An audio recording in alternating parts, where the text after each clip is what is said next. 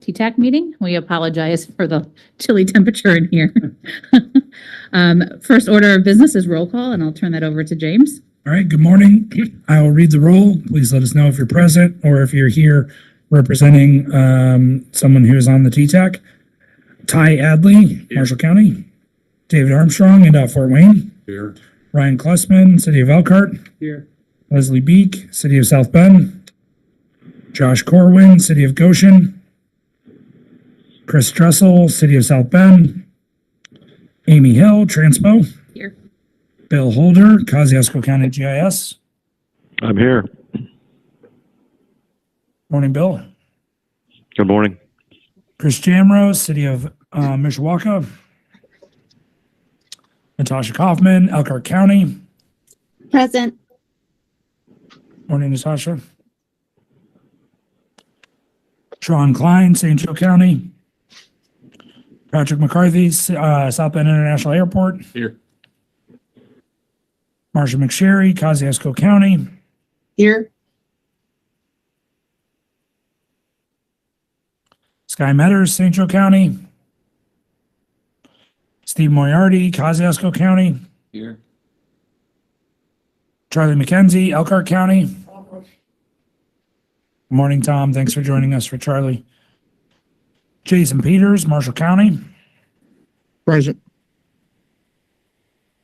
Lisa Schrader, NDOT Laporte. Here. Derek Spear, City of Mishawaka. Here.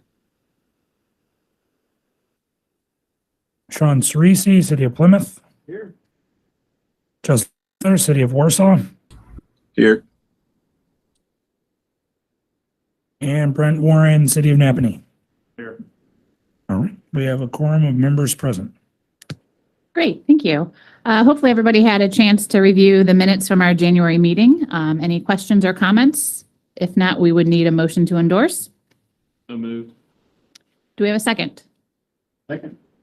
All those in favor? Aye. Aye. Any Aye. opposed? The January minutes are endorsed. I will turn it over to James. All right. Good morning. For the Secretary's report, we have the January administrative modifications. Those are included in your packet.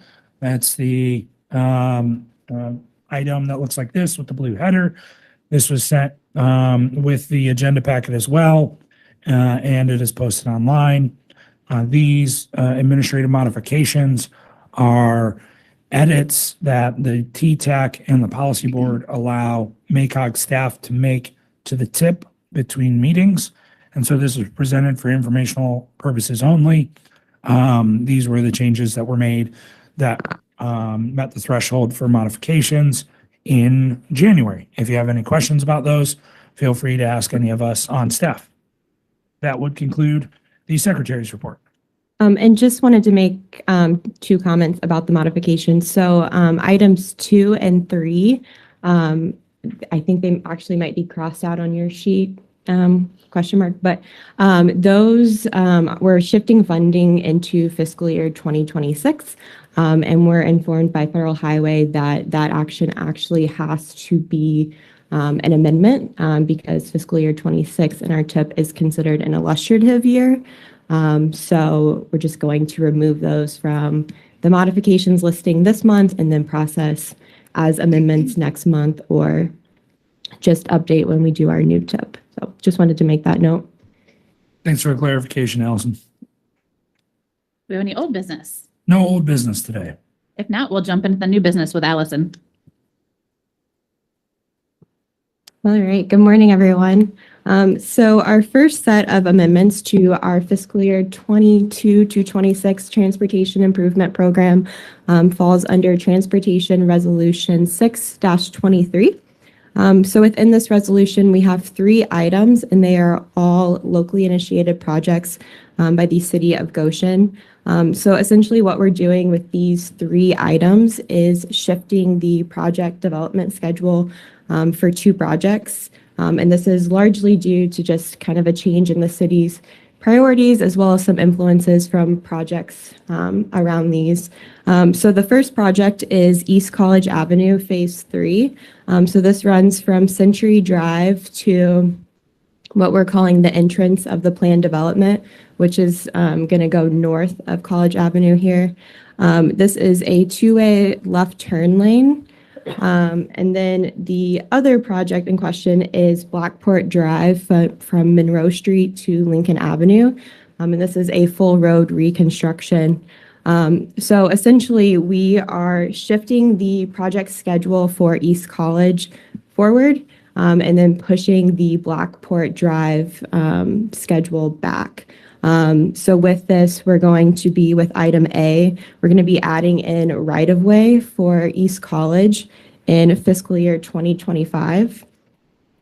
And then for Blackport, we're going to be removing right-of-way, which is currently in 24 and 25. So we're actually going to be shifting that to fiscal year 27. Which is outside of our current TIP. And then similarly with construction, we're going to be removing construction from the TIP with the intention of shifting it to fiscal year 2029. So not deleting any projects, just shifting when funding is being programmed for these. So happy to take any questions on these items. Otherwise, I'd be asking for your endorsement of Transportation Resolution 6-23. I did have just a quick question just for educational purposes. The 23A or 06A, what kind of PUD is going in? Is it residential, commercial, industrial? Industrial? Yeah, I see Josh Corwin is online. And Josh, if you're there, didn't know if you could provide any additional context for members of the TTAC regarding East College and kind of the planned unit development that is kind of spurring a little bit of the purpose and need for this phase. Yeah, it's a large industrial development. So it's a industrial TIF that is going in that area. So yeah, And it's going on the north side of the road. Is that correct? Or south? the development is so technically it's on both sides. They're currently only developing the north side. Right. Okay, that answers my question. I was just mostly curious what that cross section would look like and if it was residential based, whether or not sidewalks, bike lanes, those sorts of access measures were being looked into. But if it's going to be industrial based, you're going to have a little less interest in those sorts of things.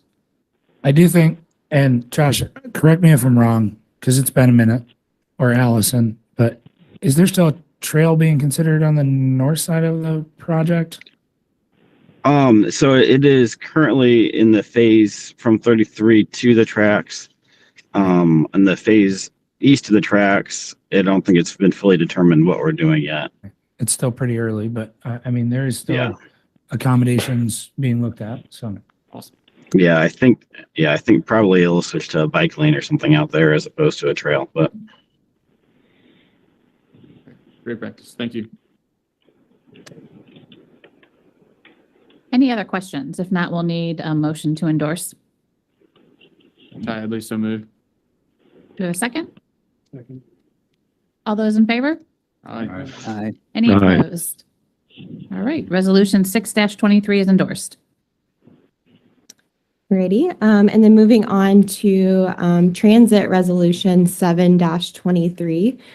So our first item here is related to our interurban trolley in Elkhart County. This is for operating assistance. And with this item, we are deleting this project from the TIP. So a common practice with our transit projects is that we'll program placeholders in our TIP. And then once it's actually time to apply for the grant, we'll go back in and either delete those placeholders or update numbers with numbers being programmed in the grant. So operating assistance was programmed on a separate line item actually last month. So we're simply just deleting this placeholder from the TIP with this item. And then items B, C, and D. are sponsored by the Northern Indiana Commuter Transportation District, so NICD.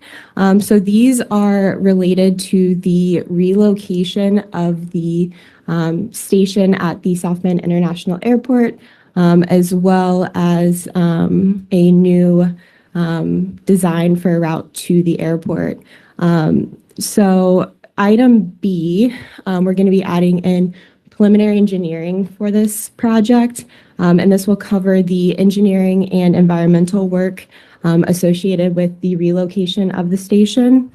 And then item C will be for the purchase of track components to maintain the life of the track. And then item D is for construction, so to actually finance the relocation of the station. So right now, I know that they've hired DLZ to do this preliminary engineering work. But kind of the end goal is that I think right now, the final, it takes over 10 minutes to complete the final 2 miles to the station at the South Bend Airport. So I think it's going to improve that speed. And then as well as the improvements between Gary and Michigan City. The end goal is that what is now a over 2-hour trip from South Bend to Chicago will essentially be brought down to roughly 90 minutes. So happy to take any questions regarding these items as well as item A.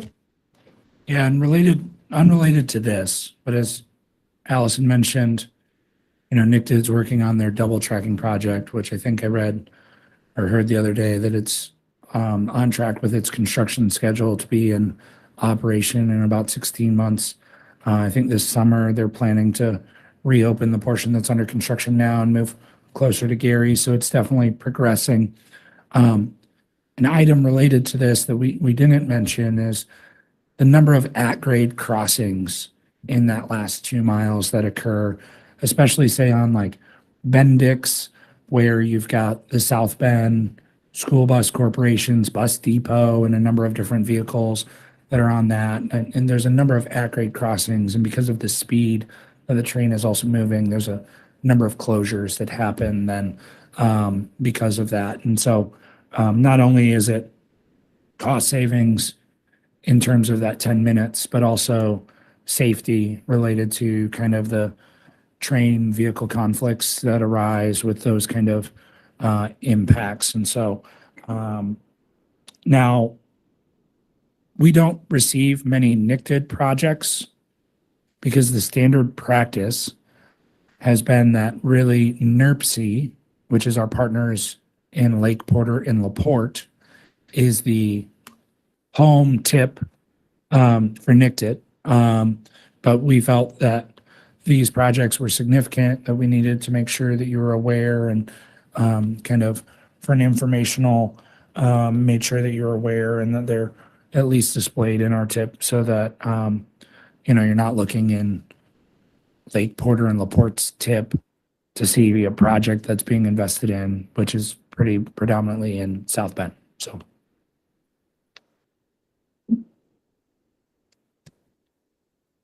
Any questions? If not, we would need a motion to endorse Resolution 7-23.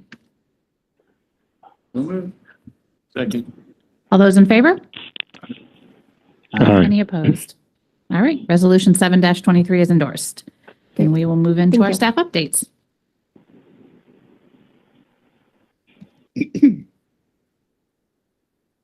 Good morning. I just wanted to make you aware that the U.S. Department of Transportation recently came out with their discretionary grant preparation checklist. So as last year happened, there's been many funding opportunities that have come out, and this year we will continue to see a similar amount of opportunities for grants. And so they put together kind of a 10-point list of things that will be valuable for you all to check out if you're considering putting in a discretionary grant application. Related to this, they do have a webinar that will be happening, I believe, on February 4th related to this. So if you're kind of wanting to seek some more information about that, please feel free. And I believe the link to this list is also in your tech notes, as well as will be sent out in the Gazette if you need to refer to it. And then one of the more recent grants that is becoming due is the RAISE grant. I know we mentioned this last time, but it is for both planning or capital related to surface transportation investments. The grant application is due on February 28th, and I know that we're helping out a few communities with a few planning applications, but if your community is considering putting in an application, please reach out to us and we'd be happy to assist.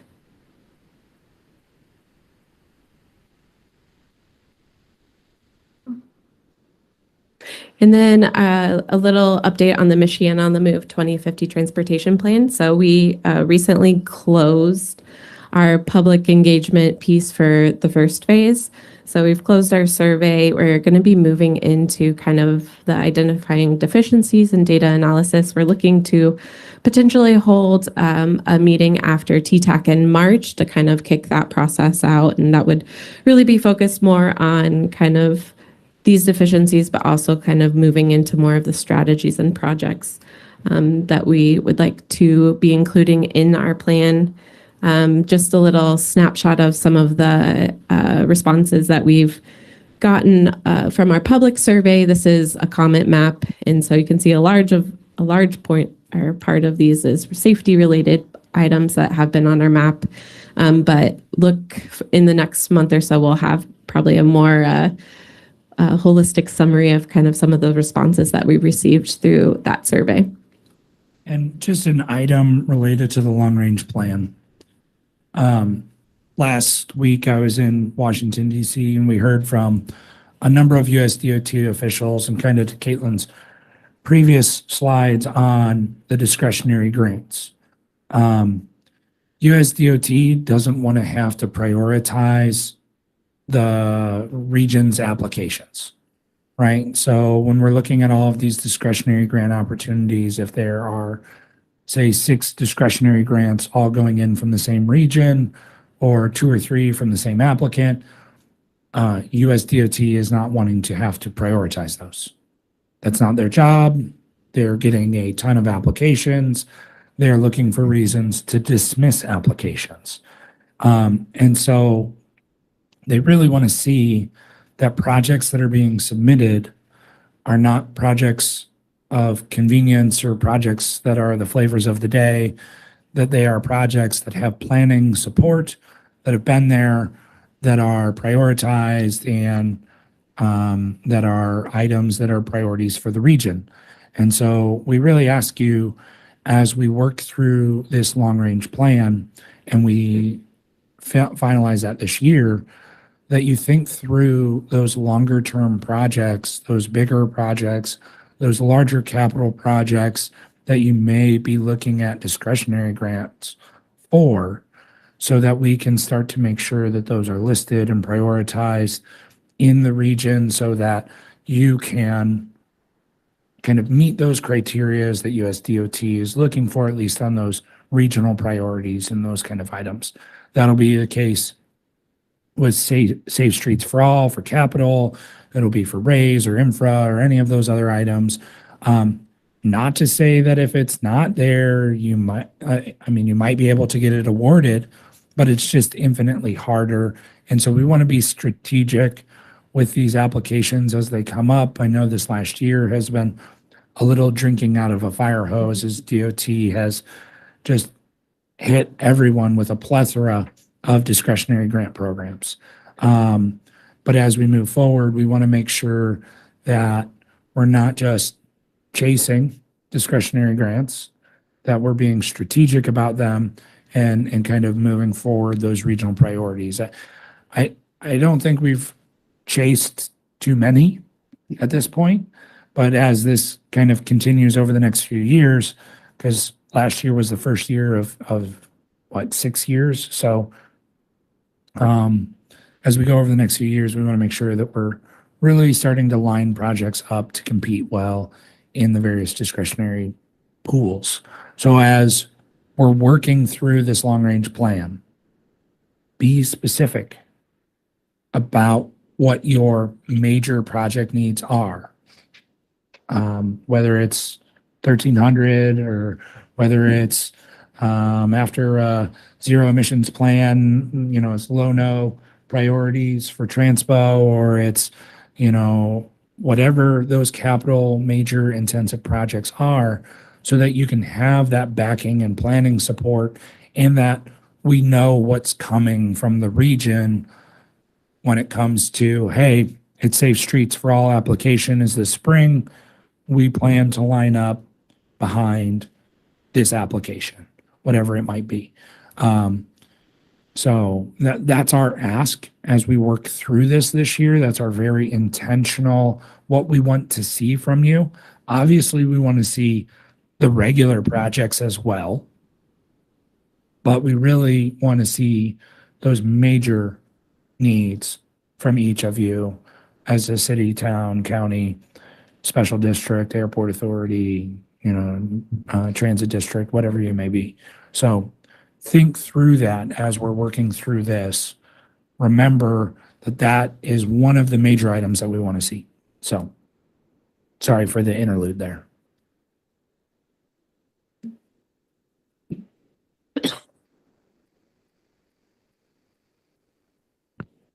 Okay, then really exciting and breaking news. We are creating a new tip. So every month we update our 22 to 26 tip, and we are starting the process of creating a fiscal year 24 to 28 tip.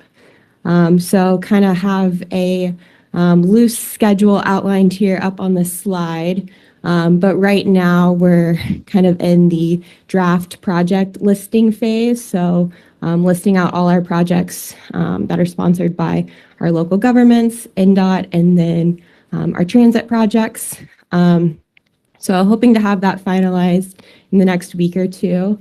And then at the same time, we're also developing our draft narrative to go along with the project listing. And then once we have both of those pieces, we'll kind of compile everything, and it will go through air quality conformity consultation. And then we'll also do some coordination with NDOT and Federal Highway and the Federal Transit Administration. So after that coordination, we'll have a really solid tip document, and then that will go out for public comment. We're really hoping to hit kind of the March 24th date, with the idea that public comment has to last for 30 days. So that will put us at an April 24th end of public comment date, at which point we can kind of make some final edits. And then the goal is to have your TTAC endorsement May 3rd, and then the following week have that new tip adopted by our policy board. So just wanted to make you guys aware that we are creating a new tip. So the idea is that this will be adopted at the end of this fiscal year 23, and it'll take place fiscal year 24, at which point we'll stop using the old tip and transition to this new tip. So any questions or? Okay, thank you. Good morning. We have now set the date for our annual Partners for Clean Air Luncheon. Looking forward to having that in person again this year. And each year we bring people together for an educational program on a variety of topics of interest related to sustainability, fleets, buildings, etc. And then we also recognize several award winners, projects or organizations that have made pretty laudable steps over the past year in their sustainability initiatives. So we are looking for nominations for award winners, particularly in the business, private sector arena. So if you have any ideas, reach out to me, look at your e-Gazette. You'll see a link to nominate those. So we're still outlining the agenda, but wanted to get that on all your calendars. So.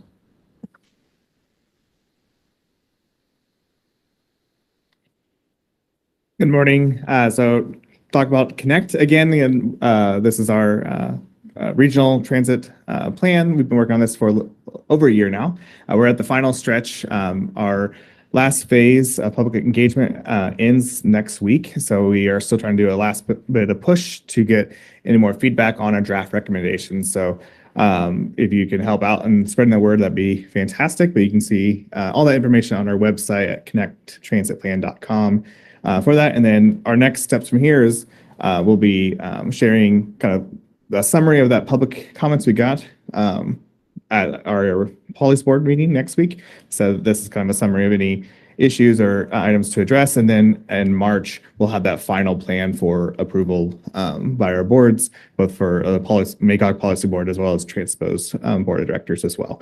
And then looking to move into implementation phase after that. So again, you'll be able to see some updates, and we'll provide some of those things as we move forward in there. But if you have any questions, I'd love to hear those now. Or again, if you can help spread the word, that would be great. Thanks. Thanks, Zach. Privilege of the floor. Any questions, comments from any of the committee members? I did have a quick item. Last week, as previously mentioned, we were in DC. I'm not allowed to tell you yet because it's not street official, but we have heard some preliminary, really good news on one of our discretionary grants that we put in for planning. So we look forward to announcing that later. But we're really encouraged by that news. We had a conversation with Congressman Yakum, and his staff got back to us later in the week and let us know. So that was some pretty exciting news that could be good. We'll let you know. Sorry to be cryptic. Sorry to vague book you there. The other item, and I didn't know if anyone from INDOT wanted to talk through where things are for the rural call for projects and what that timeline. I know there were presentations in both districts recently, but didn't know if there was a timeline of that looks like award announcements in March, April. You know, I don't remember the schedule offhand, so. No, yeah, we've finished presentations. We've done the district evaluations. I've now gone to Central where they're going over them. We don't have a specific timeline, but I would expect probably something in mid to late March or early April for announcements. And don't forget that road school is coming up in March. I'm sure everybody's already aware, but luckily there's no conflict with TTAC or policy board this year. So please plan to attend if you don't. That's all that I had. Thanks, James. Any other questions or comments from committee members? If not, do we have any public comments? Seeing none, we would just need a motion to adjourn today's meeting. So moved. Do we have a second? Second. All those in favor? Aye. All right. Thanks, everyone. Thank you all. For March,